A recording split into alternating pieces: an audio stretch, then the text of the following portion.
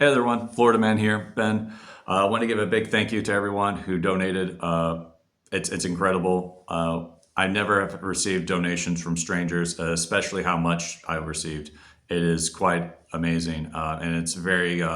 It definitely boosts my confidence again that I'm doing the right thing here in Ukraine.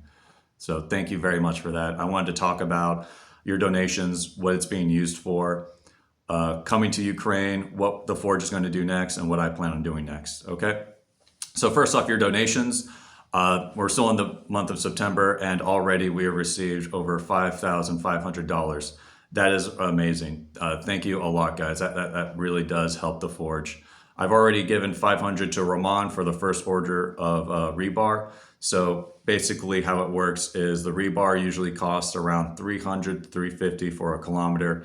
And then for the gas tanks, it's around $100. It takes around 4 to 5 tanks to work through all those rebars. And like I said, it's around 7,000 staples we can get out of that. And there's also, miscellaneous items we need for that. So there's gloves, tape for boxing, and then we also take into consideration like the electricity bill for the hydraulic press.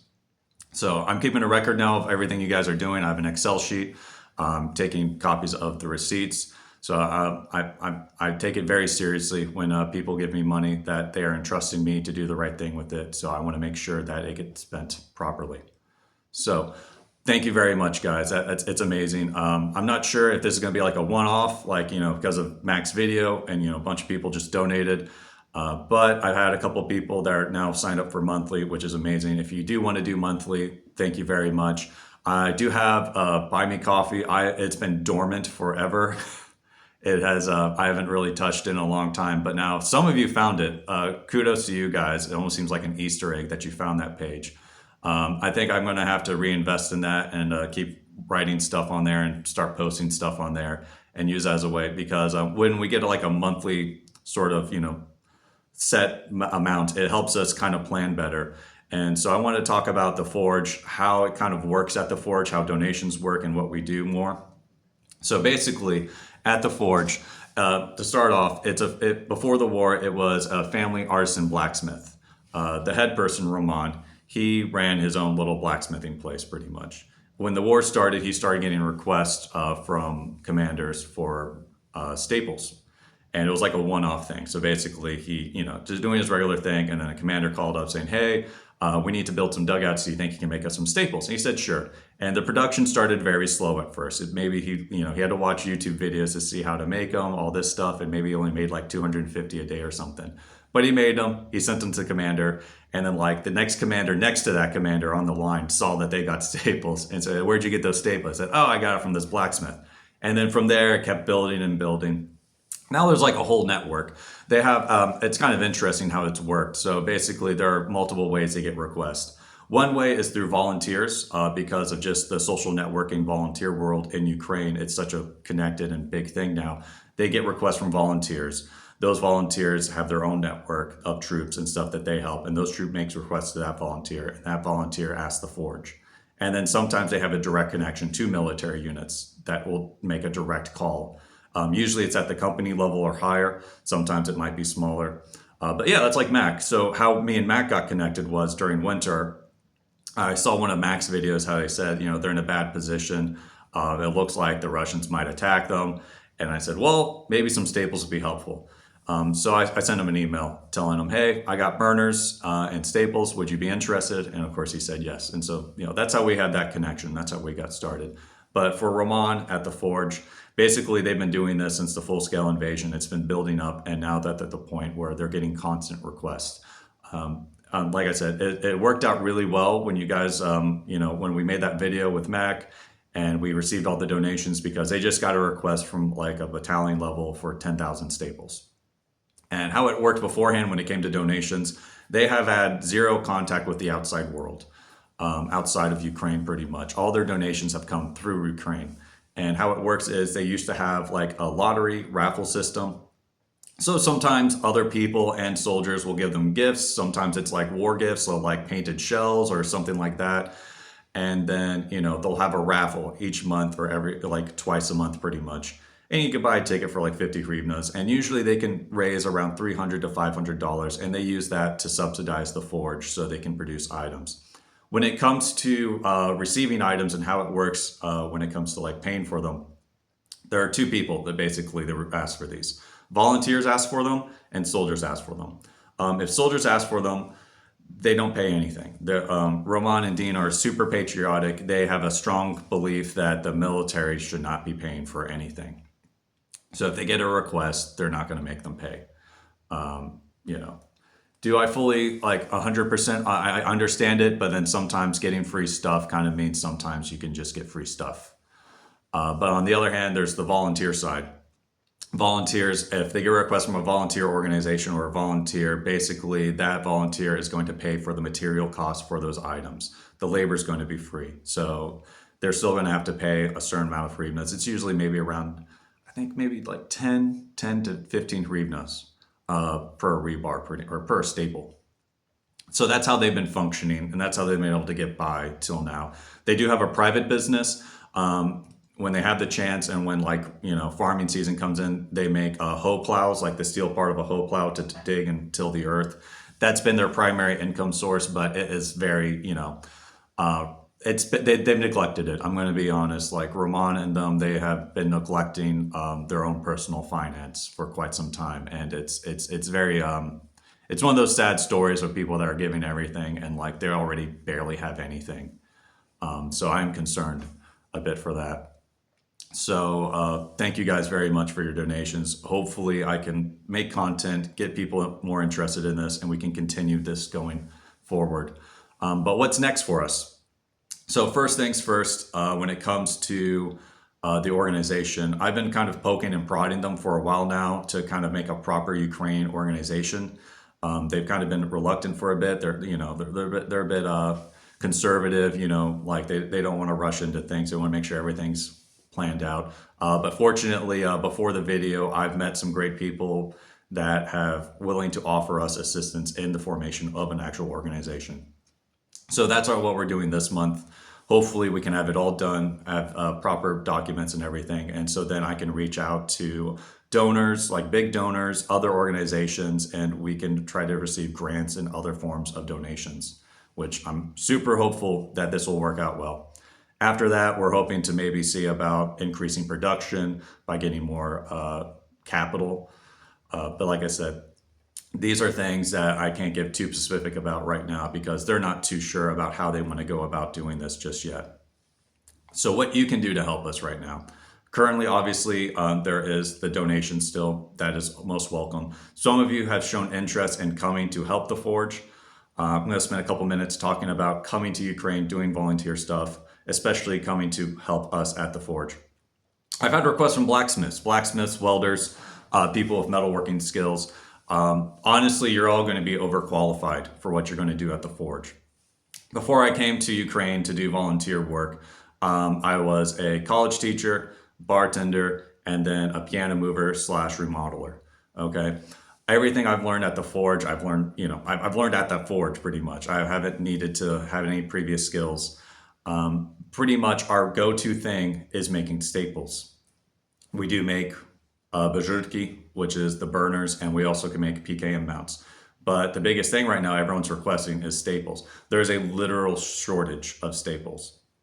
It's not that, you know, like the burners, you can go to Epicenter and you can buy a burner. So if the soldiers really want a burner, they can buy a burner.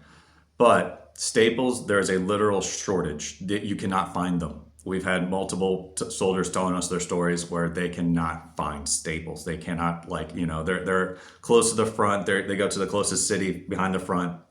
They hit up all the hardware stores. They hit up Epicenter. They cannot find staples. There's a literal shortage. So that is what we're making. This is our primary thing, is making staples. So if you come to the Forge to help us, guess what you're going to be doing? You're going to be making staples. On an average day, if we work a full day, we're going to make around between 800 to 1,200 staples. That is what we do. It is extremely boring. It is mundane, tedious, but that is really helpful for the military right now. That is what the military needs. So if you're coming as a blacksmith, I don't want you coming thinking that you're going to be high speed doing crazy cool stuff. It's going to be mundane, boring work, but it's needed work. If you do, like, if you are a skilled blacksmith and you know how to use a hydraulic press, I do actually really want you, because the issue is it's just me and Ramon. Sometimes I've had some volunteers come to help bend staples. Bending staples is always appreciated. We can have plenty of benders. We can always use more benders. But the hydraulic press is a skill needed. And Roman has been doing this for over 2 years now. And he's been going like full horse. And he's a mule. He's not going to complain. He's not going to stop. He'll work himself to death pretty much. And I have a concern for that. I would love to have someone who knows how to use a hydraulic press come in, relieve Roman for a couple days so he can do other stuff, focus on other things. And so we can maybe start, doing, just give him a break pretty much. So if you are skilled and you know how to use a hydraulic press, that would be great. I could definitely help use you.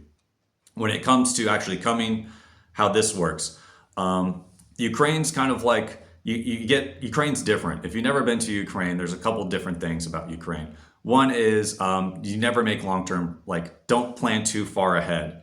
That's one of the first things I've kind of learned in Ukraine. Never make plans that are more than like 2 weeks away, because everything's constantly changing here. So those that are emailing me, asking me, hey, I got this summer, I'm off spring, I'm off during this holiday, this time. If it's further than 2 weeks away, if you cannot come to Ukraine within 2 weeks to help us, please don't message me, because I can honestly not tell you if I will be here, and maybe I'll be somewhere else, maybe something else is going on. It's out of the cards, okay? I need to know if you're going to be here within 2 weeks and you're going to help us. When it comes to coming to Ukraine also, like, have you been to Ukraine before? That's a thing. Like, honestly, I think I'm going to make a whole separate video about coming to Ukraine doing volunteer work, but I don't want to talk to you until you have a train ticket, like going to Lviv, all right? Until you have a train ticket showing me that you're coming to Lviv, we can talk. Before then, it's just not worth it, okay? It's not worth the hassle. And then talking about where we are, it might be a culture shock to you. I've shown you a couple of videos, you've seen a bit of it. It's village life. I live in a village half the time. That village, especially it's a blacksmith's place at a village, it is dirty. It is extremely dirty. You are going to get sick. It's almost definite that you are going to develop a cough if you stay there for longer than a week. I don't want to bring people that are going to have an extreme culture shock and they think everything sucks and they're like, oh my God, what did I get myself into? I don't want bad experiences. All right. I don't want you guys to be miserable. All right. I want you to have a go. If you're coming, you need to have an open mind and like a bit of a resilient mindset. Like, all right, I'm coming here to do stuff. It doesn't matter if, the shower doesn't really work, the toilet's dirty, maybe the sense of hygiene is not up to your standards. Your immune system's going to go back half a century at least. Okay. So it's different here. Okay. Especially where I work. That's just the given, all right? If you can't handle that, that's a more bigger thing I'm more concerned about. I'm not concerned about your technical skills. I'm more concerned about your ability to adapt to a very different living standard in a different area. That's the primary concern I have for people coming. If you do come, we have accommodations. We have a bedroom for you, and if not, I can help you find a place somewhere in the city, but I need to know if you're actually coming or not. And then, like I said, if you're coming long-term, some people want to come long-term. Honestly, I've had volunteers. I had a volunteer come all the way from Amsterdam once. Drove to Ukraine, and he helped out for 4 days at the forge. Like I said, if you help out the forge for one full day, you make 800 staples. It takes around 350 staples to build a bunker, like a 5 by 5 meter, like dugout trench bunker.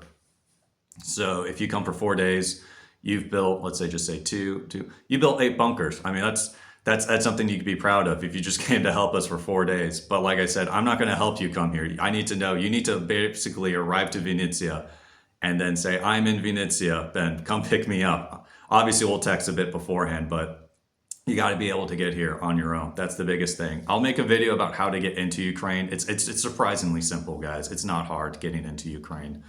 It's very easy. So, and then, treat it as a holiday, honestly. If you want to treat it as a holiday to come do some good, you don't need to be like, oh, I'm giving up everything, I'm going for long term. If you just want to come to Ukraine for a week or two to help out, I'll appreciate it. So yeah, that's a little bit about that, coming to help. So Skilled labor is great, but honestly, you're overqualified. You're most likely going to be overqualified, and I don't want you to be upset that you're doing very boring, mundane stuff at a blacksmith when you thought you'd be doing cool, rad stuff.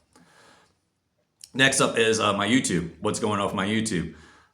Thank you guys. I started off with like 13, and that was just like friends and family. Now I have over 250. I'm a quarter of 1,000. I never thought that would happen.